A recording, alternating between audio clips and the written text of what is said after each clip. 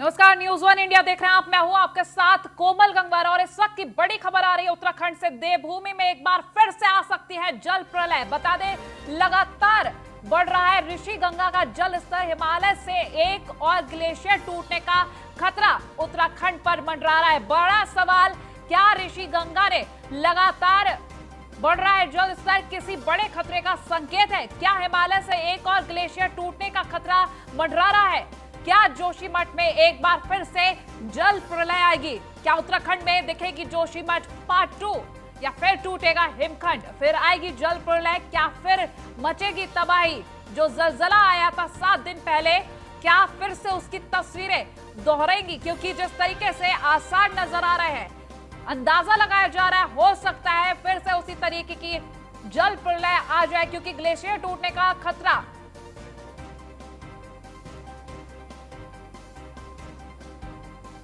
हिमालय से एक और ग्लेशियर टूटने का खतरा नजर आ रहा है। इस वक्त ये बड़ी खबर आप तक पहुंचा रहे हैं। जो चमोली में आपदा आई उसको देखते हुए लगातार रेस्क्यू ऑपरेशन जारी, लेकिन फिर से एक बार ये खतरा नजर आ रहा है। और इसी को लेकर देखिए एसोसिएट एडिटर ब्रजेश श्रीवास्तव की ये रिपोर्ट। रविवार को ऋषिगंगा में आए जल प्रलय ने हर तरफ तबाही तबाही मचा दी। सैकड़ों जिंदगियां लील लिया, दो हाइड्रो प्रोजेक्ट नेस्तनाबूद कर दिए। लेकिन एक बार फिर अब ऋषिगंगा में प्रलय की आशंका बनने लगी है। सवाल ये है कि क्या लगातार ऋषिगंगा में रुक रुक करके जो जल स्तर में इजाफा हो रहा है वो आने वाले किसी सैलाब का संकेत है? इसे जांचने और परखने के लिए तमाम टीमें इस वक्त ऋषिगंगा के मुहाने पर भेजी गई हैं। सबसे बड़ी बात यह है कि वाडिया इंस्टीट्यूट, टीएचडीसी, एनटीपीसी और आईआईआरएस को इसकी जिम्मेदारी सौंपी गई है और जिला प्रशासन और एनडीआरएफ की टीमों को ऋषिगंगा के मुहाने पर भेजा गया है। दरअसल 2 दिनों से लगातार ऋषिगंगा का जल स्तर अचानक बढ़ रहा है और इसे लेकर के रेस्क्यू और सर्च ऑपरेशन को 2 बार रोकना भी पड़ा है। इसी बीच ये आशंका बन रही है कि क्या एक बार फिर कोई जल प्रलय तबाही मचाएगी। लेकिन विशेषज्ञ मानते हैं कि जिस तरीके से ऋषिगंगा का जल स्तर बढ़ रहा है उसके पीछे की वजह है ऋषिगंगा के मुहाने पर बनी झील में रिसाव होना। दरअसल हिम ग्लेशियर टूटने के बाद ऋषिगंगा के मुहाने पर एक बड़ी झील बन गई है और उस झील का जो पानी है वो रिसने लगा है। इसे विशेषज्ञ शुभ संकेत मानते हैं, क्योंकि अगर झील से रिसाव हो रहा है, पानी आ रहा, डिस्चार्ज हो रहा है, तो उसके बाद किसी बड़े जलजले के आने की आशंका कम हो जाती है। लेकिन इसकी हकीकत तो तब पता चलेगी जब इन तमाम विशेषज्ञों की टीम पूरा मुआयना करके अपनी रिपोर्ट सरकार को सौंप देगी। तब तक असमंजस के बीच में आशंकाओं के बादल मंडरा ही रहे हैं। वीडियो जर्नलिस्ट अतुल के साथ Brajesh Shrivastava, news one India, Tapovan tunnel, Joshimath. और ब्रजेश श्रीवास्तव एसोसिएट एडिटर इस वक्त हमारे साथ लाइव जुड़ चुके हैं, उससे जानकारी लेंगे। ब्रजेश, जो झील बनी है वहां से जो जल का रिसाव हो रहा है उसको लेकर पूरी जानकारी दें, और जो आप बता रहे हैं कि एक शुभ संकेत, उसके बारे में बताएं ब्रजेश। देखिए, सबसे बड़ी बात यह है कि ऋषिगंगा, आपको पहले मैं धौलगंगा की तस्वीर दिखा रहा हूं। जो धौलगंगा ऋषिगंगा से मिलकर के आगे एनटीपीसी तपोवन का जो प्लांट था, यहां पर धौलगंगा आती है। आप इसका जल स्तर देखिए, कितनी तेजी के साथ ये जल स्तर आपको बढ़ता हुआ दिखाई दे रहा है। दरअसल सबसे बड़ी बात यह है कि हादसे के वक्त तक ऋषिगंगा से पानी आना ही पूरी तरह रुक गया था, लेकिन अब तेजी के साथ पिछले 2 दिनों से लगातार, बल्कि तीसरा दिन है आज, जो जल स्तर में इजाफा हो रहा है। कल भी एक बार रेस्क्यू और सर्च ऑपरेशन को रोका गया था जल स्तर बढ़ने की वजह से, परसों भी कुछ ऐसा ही हुआ था। सबसे बड़ी बात यह है कि आखिर क्या वजह है, क्यों यहां पर लगातार जल स्तर में इजाफा हो रहा है। इसको लेकर के वैज्ञानिक ये मानते हैं कि जिस तरीके से जब ग्लेशियर रविवार को टूटा उसके बाद ऋषिगंगा के मुहाने पर यानी टॉप पर जाकर के एक बड़ी झील बन गई। उस झील से जितना पानी सैलाब के जरिए बाहर आ सका वो आया, उसके बाद वो झील में पानी फिर धीमे धीमे कर बढ़ रहा था। और ऐसे में एक बड़ा खतरा ये हो रहा है कि अगर वो झील टूटती है तो एक बार फिर महासैलाब लेकर के आएगी। लेकिन इस बीच अब एक खबर जो आ रही है उसके मुताबिक ये है, कुछ फोटोग्राफ्स ऐसे वैज्ञानिकों को मिले हैं जिसके मुताबिक झील से पानी रिसाव हो रहा है और यही वजह है कि पानी जैसे बढ़ता है झील से पानी रिसाव होने लगता है और उसकी वो पानी ऋषिगंगा में तेजी के साथ आता है। यही वजह है कि ये माना जा रहा है कि अगर झील से रिसाव हो रहा है तो ये शुभ संकेत इस मायने में है कि यहां पर अगर रिसाव हो रहा है तो झील के टूटने का खतरा कम है।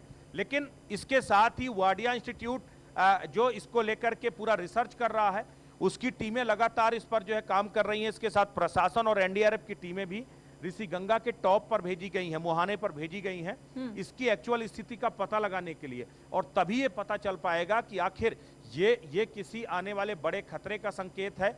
अगर ये झील वाकई में इतनी भयावह हो रही है, खतरनाक हो रही है, तो उस झील से पानी को डिस्चार्ज करने के लिए क्या कुछ टेक्नोलॉजी अडॉप्ट की जाए, ये सोचने वाली बात होगी। अन्यथा कभी भी अगर वो झील टूटती है, क्योंकि ग्लेशियर में सैलाब सिर्फ इसीलिए आते हैं, अगर ऊपर से ग्लेशियर का कोई एक टुकड़ा उस झील पर अगर अचानक आता है तो उससे झील में हलचल बढ़ेगी और झील टूट सकती है। यानी एक बार फिर बड़ा सैलाब इस पूरे ऋषिगंगा और धौलगंगा को अपने आगोश में ले सकता है, तो एक बड़ा खतरा है।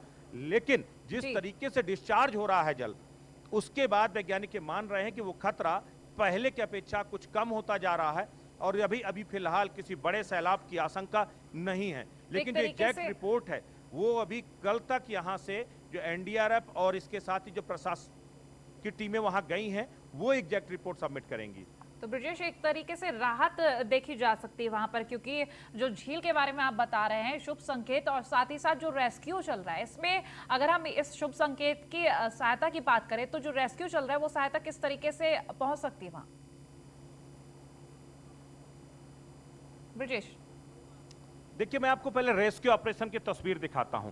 ये टनल का रेस्क्यू ऑपरेशन, इस समय टनल के अंदर जिस तरीके से एनडीआरएफ की जो टीम है वो टनल के अंदर ये जा रही हैं, वहां से मलबा निकाल रही हैं। और सबसे बड़ी बात है जो अब ड्रिल करना, जो सबसे महत्वपूर्ण बात है वो है ड्रिल करके नीचे बेसमेंट पे पहुंचना। 11.5 मीटर नीचे ड्रिल आपको करना है और कल लगभग 10 मीटर तक ड्रिलिंग हो चुकी थी, लेकिन उसके बाद जो ड्रिल रॉड थी वो ही टूट गई और वो जाकर के नीचे अटक गई, जिसके कारण से जो कैमरे नीचे जाने थे वो कैमरे नीचे नहीं जा पाए।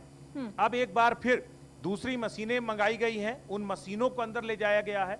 उसके जरिए जो 11.5 मीटर जो आपको ड्रिल करना है उस ड्रिल को कंप्लीट किया जाएगा और उसके बाद वहां पर हाई डेफिनेशन कैमरे अंदर डाले जाएंगे और उसके जरिए उस पूरे जो बेस टनल है, बेस टनल में लोकेट करने की कोशिश की जाएगी कि आखिर कहां पर लोग फंसे हो सकते हैं और क्या उस बेस टनल में भी मलबा मौजूद है, क्या वहां पर भी पानी मौजूद है।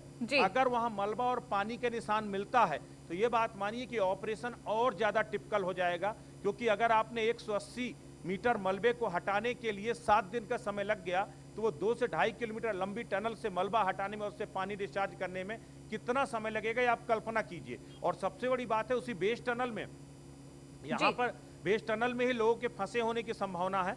ऐसे में वहां से रेस्क्यू किया जाना, वहां से उनको निकाला जाना, ये बेहद ही मुश्किल टास्क है। और अब देखना होगा, कुछ घंटे में ये तस्वीर साफ होगी कि आखिर क्या वहां से ये जो है लोकेशन ट्रैक हो पाती है या नहीं हो पाती है। ब्रिजेश, अगर हम रेस्क्यू ऑपरेशन की बात करें तो लगातार ये ऑपरेशन 7 दिनों से जारी है और कोशिश की जा रही, बीच बीच में रुका भी कुछ वक्त के लिए, लेकिन जो 30 से 35 लोगों के फंसे होने की आशंका जताई जा रही थी, अब तक के रेस्क्यू से क्या लगता है कुछ भी सुराग?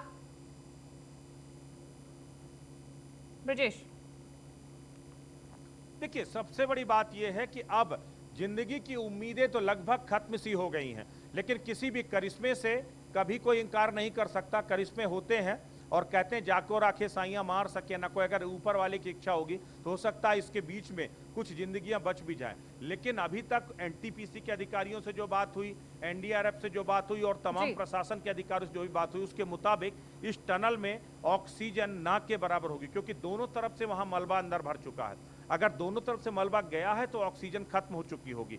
ऐसे में किसी भी वक्त जब ऑक्सीजन नहीं होगी तो जीवन कैसे हो सकता है। और आज तो 7 दिन हो चुका है इस पूरे हादसे को। ऐसे में इस बात की संभावना बेहद कम है कि वहां पर कोई जीवित बचा होगा। अब तो सिर्फ इस बात की जो है उम्मीद की जा रही है कि किसी तरीके से ये रेस्क्यू टीमें अगर टनल तक पहुंचती हैं तो वहां पहुंचने के बाद वहां से जो है कम से कम शवों को ही बाहर निकाला जाए। ये ब्रजेश, जो कोशिशें हैं वो लगातार जारी हैं और जी। उसके बाद अब जो है पूरा ऑपरेशन का फोकस इसी बात को लेकर के है। जो जानकारी आप हम तक पहुंचा रहे हैं, लेकिन जो अंदेशा टीम्स की तरफ से जताया जा रहा है, साफ कहा जा रहा है कि एक बार फिर से ऐसा अंदेशा हो रहा है कि हिमखंड टूट सकता है, फिर से जल प्रलय आ सकती है। तो क्या कह रही है वहां की टीम, उनकी टीमों के अनुसार क्या कुछ कहना है, क्योंकि इस तरीके की जो आशंकाएं हैं वहां के लोगों में हलचल मचा सकती है। देखिए, सबसे बड़ी बात यह है कि एसडीआरएफ के अधिकारी, इसके साथ ही अगर देखा जाए तो जो है पुलिस के अधिकारी, जिला प्रशासन के अधिकारी लगातार उस स्थिति को मॉनिटर कर रहे हैं। नदी में बाकायदा एसडीआरएफ के जवानों को मुस्तैद किया गया है ताकि वो वहां से वो लोकेशन ट्रैक कर सके कि जल स्तर में किस तरीके से इजाफा हो रहा है। अगर ज्यादा तेजी से बढ़ रहा है तो कई जगह पर इसको जो है मॉनिटरिंग की जा रही है और उसके बाद ये कोशिश की जा रही है कि कम से कम यहाँ से जो है जल स्तर बढ़ने के बाद तुरंत रेस्क्यू टीम्स को, सर्च ऑपरेशंस जो चल रहे हैं उनको वहां से मौके से हटाया जाए। तो वो तमाम कोशिशें चल रही हैं। इस खतरे के बीच में जो सर्च ऑपरेशन है वो जारी है, लेकिन अब ये और ज्यादा ये एक तरह से मुश्किल होता जा रहा है। दरअसल जो नदी में जो दलदल है, उस दलदल के सूख, अगर पानी वहां आता रहेगा तो दलदल नहीं सूख पाएगा और अगर दलदल नहीं सूखेगा तो वहां जाकर सर्च ऑपरेशन चला पाना लगभग नामुमकिन होगा। क्योंकि अगर आप पीछे डैम के पीछे उसकी बात करें नदी की, तो कम से कम 20 फीट 25 फीट तक मलबा अभी भी वहां पर जमा हुआ है और उसमें अगर कोई जो है, माफ कीजिएगा, 20 से 25 मीटर तक मलबा वहां पर दबा हुआ, जमा हुआ है और उसमें शवों के दबे होने की शंका है। और ऐसे में अगर वहां पर कोई भी रेस्क्यू टीम जाती है तो उसके लिए भी नुकसान हो सकता है। तो जब तक ये मलबा सूखेगा नहीं, एक तरफ से मलबे को बाहर निकालना, उसको सर्च करना, ये एक मुश्किल टास्क है। तो ऐसे में अभी एक लंबी प्रक्रिया है और इसमें अभी एक खासा वक्त लगने जा रहा है। ब्रजेश, अगर हम टनल की बात करें कि जिस तरीके से रेस्क्यू जारी है, टनल के सही मैप की बात बताई थी आपने, तो वो मैप क्या मिल चुका है? उसी के अकॉर्डिंग वहां पर रेस्क्यू चल रहा है?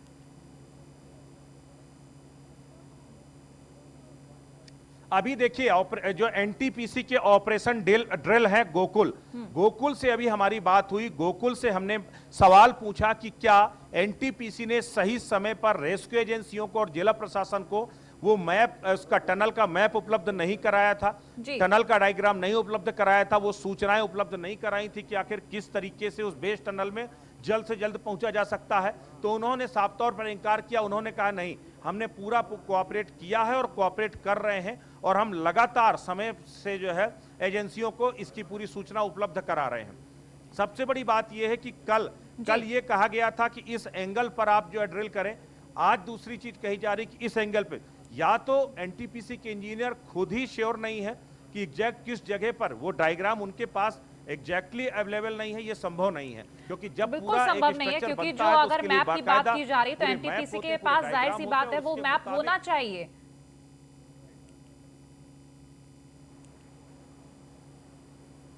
बिल्कुल, और होना चाहिए। और ये अभी जो गोकुल ने हमें बताया, उन्होंने कहा कि हम उसी डायग्राम के मुताबिक ही यहां पर ड्रिल करवा रहे हैं और कुछ घंटों का समय लगेगा। उन्होंने साफ तौर पर कहा कि ये इसमें टाइम टेकिंग एक प्रोसेस है और इसमें हमें काफी टाइम लगेगा। हम ये भी नहीं कह सकते कि आखिर कब तक हम ये लोकेट कर लेंगे। बेस टनल में हमें कैमरे को ले जाना एक बड़ी चुनौती है और हम उसकी तरफ काम कर रहे हैं। कोई टाइम फ्रेम बताने से उन्होंने इंकार कर दिया। हम लोगों ने पूछा भी कि आप 3 दिनों से लगातार ड्रिल कर रहे हैं, आखिर वो कामयाब क्यों नहीं हो पा रहे? तो उन्होंने कहा कि एक चैलेंज है बड़ा और हम इसे पूरा करने की कोशिश कर रहे हैं। तो कुल मिलाकर अगर एनटीपीसी की तरफ से देखा जाए तो बहुत जो सिक्योरिटी वो नहीं दिखाई दे रही है इस पूरे ऑपरेशन के दौरान। अब उसके पीछे वजह क्या है ये हम नहीं बता सकते, लेकिन फिलहाल बहुत शुक्रिया तमाम जानकारी हम तक पहुंचाने के लिए।